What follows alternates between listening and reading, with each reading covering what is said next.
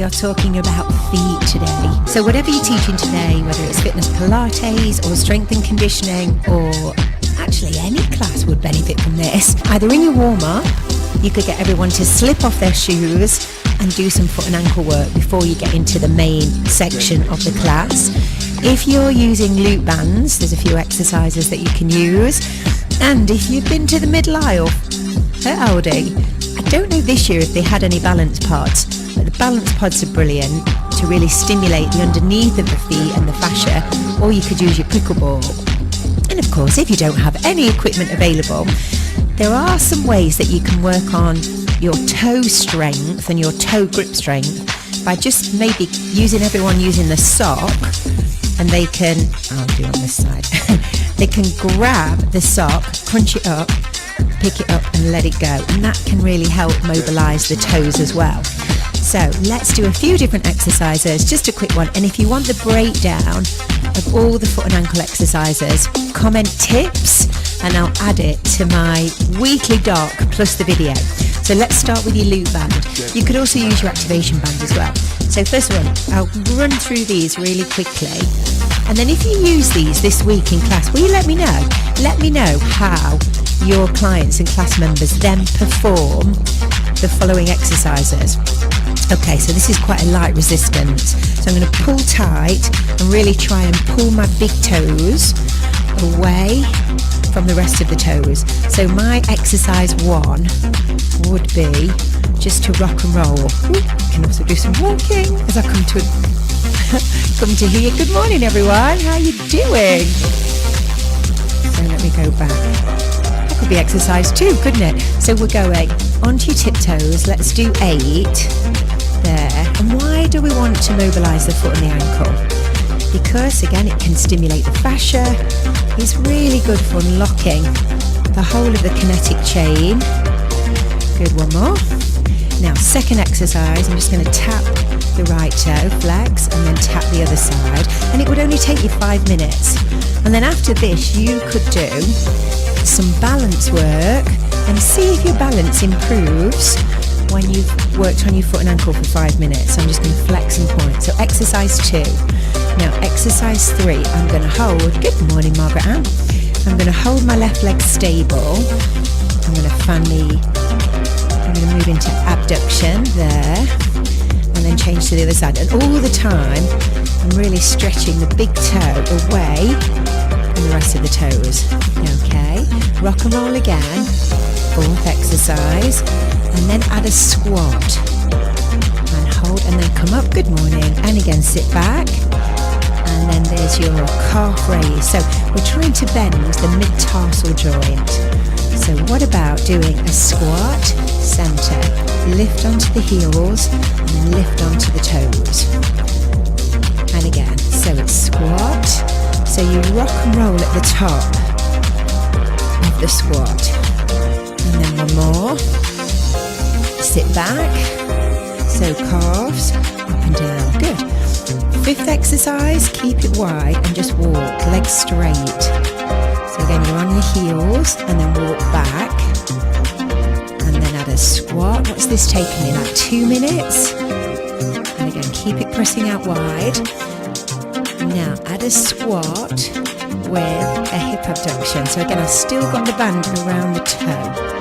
There you go. So really stretch it. And an activation band would work really well as well. Good. One more. Okay, take off the band. If you are using your balance pod, so what we could do to begin to stimulate the underneath of the foot is just to press the forefoot here on top of the balance pod, but just keep changing the ankle. So I'm not applying a lot of pressure, just getting my foot used to it. And again, I'm changing the angle. So I'm going forward, I'm going to the side, do it again. And then as the bottom of my foot is getting used to this, which takes a little bit of time, you can start to apply a bit more pressure, put more of the instep on. There you go. But again, you could do this with a tennis ball or you could do it with a spiky ball.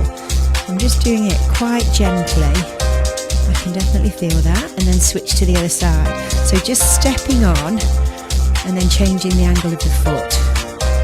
just like this. There we go. I feel my ankle now, feels good. And then you would maybe have a walk around your space and see how your feet feel when you've done this. There we go. One more. Now I'm going to apply a bit more pressure. I'm going to change foot, but I'm going to add a lean forward. So I'm going to lean forward almost into a hamstring stretch. And as I go forward, just feel the pressure on the forefoot change. And again, what I can do is turn the toe out, but keep the body in the same position, but just change the angle of the leg and the different amount of pressure on the foot. Good, and then come back, and I'll change to the other side. There you go. So I'm going to turn out, just lean in, and start, as the foot gets used to it really easily. That's better. And turn again, bring it forward, one more. Good, and then bring it back. Good. Now, just see how your feet are moving without the band or the spiky ball. Just move onto your tiptoes, and then we could add your balance work. So if you balance on one leg, just hold it. So much better. Now you've warmed up the foot and ankle. Touch the knee, touch the shoulder, and lift up. And again, knee, shoulder, and lift. And then move down to the shin, to the shoulder, to the lift. And again, shin. And then touch the floor on the last one. So there you go. One more. And then you could do that on the other side. So incorporate some foot and ankle work today. Whatever class you're teaching, whether you're teaching Pilates or yoga or any body conditioning, you could do all your usual exercises as well, your circles, your flex and point, etc., and then bring in your balance work. And I've created a little worksheet for you with all the different exercises that you can do. They'll only take 5 minutes. Maybe have a foot and ankle theme this week, and then monitor with everybody how they feel when they do the rest of the normal exercises that you do. Do they feel better? Do they feel that the muscle action is better? Do they feel stronger? And they focus on their foot and ankle. Let me know in the comments, and if you do want the tips, just comment tips and I'll send you all those as soon as I've finished. Alright gang. Oh, I'm glad that you work all the foot and ankle every session. That's cool. Oh, fab stuff. Guys, last thing, we've got 2 big qualifications this week. We've got the level 3 long-term health conditions on the 30th, and we've got level 4 Pilates, the ultimate. So if you want to do either of those qualifications, give me a shout, send me a DM, and I'll send you all the details. All right, guys, have a lovely day. I'll see you later. Happy Monday.